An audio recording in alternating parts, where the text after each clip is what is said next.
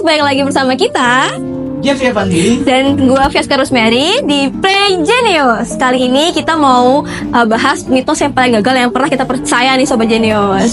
Jadi gimana nih Jeff?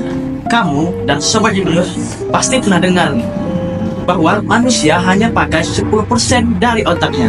Nah, kalau kita di sini mau ngasih tahu kalau itu salah besar. Dan yang nyebarin ini itu ternyata media besar loh, guys.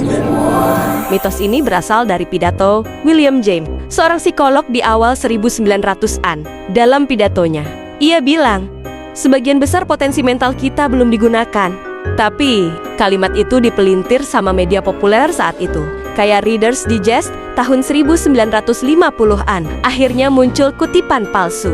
Manusia hanya menggunakan 10% dari otaknya. Padahal James gak pernah bilang begitu. Gagasan bahwa manusia hanya menggunakan 10% dari otaknya. Itu adalah mitos, bukan fakta yang sebenarnya. Kemungkinan besar melalui kutipan yang salah dan penyederhanaan oleh orang lain. Seperti jurnalis Lowell Thomas dalam pengantarnya untuk buku Dale Carnegie, How to Win Friends and Influence People.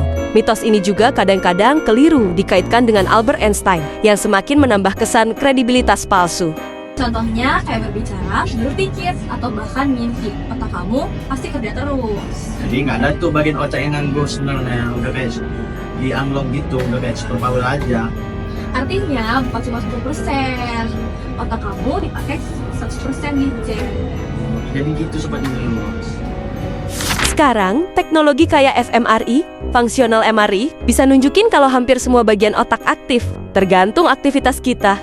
Mengapa mitos ini bertahan? Pertama, gagasan menarik tentang potensi yang belum dimanfaatkan. Pemikiran bahwa kita memiliki kemampuan kognitif yang luas dan belum terpakai sangat menarik dan menginspirasi. Ini menyiratkan kemungkinan untuk membuka kekuatan luar biasa.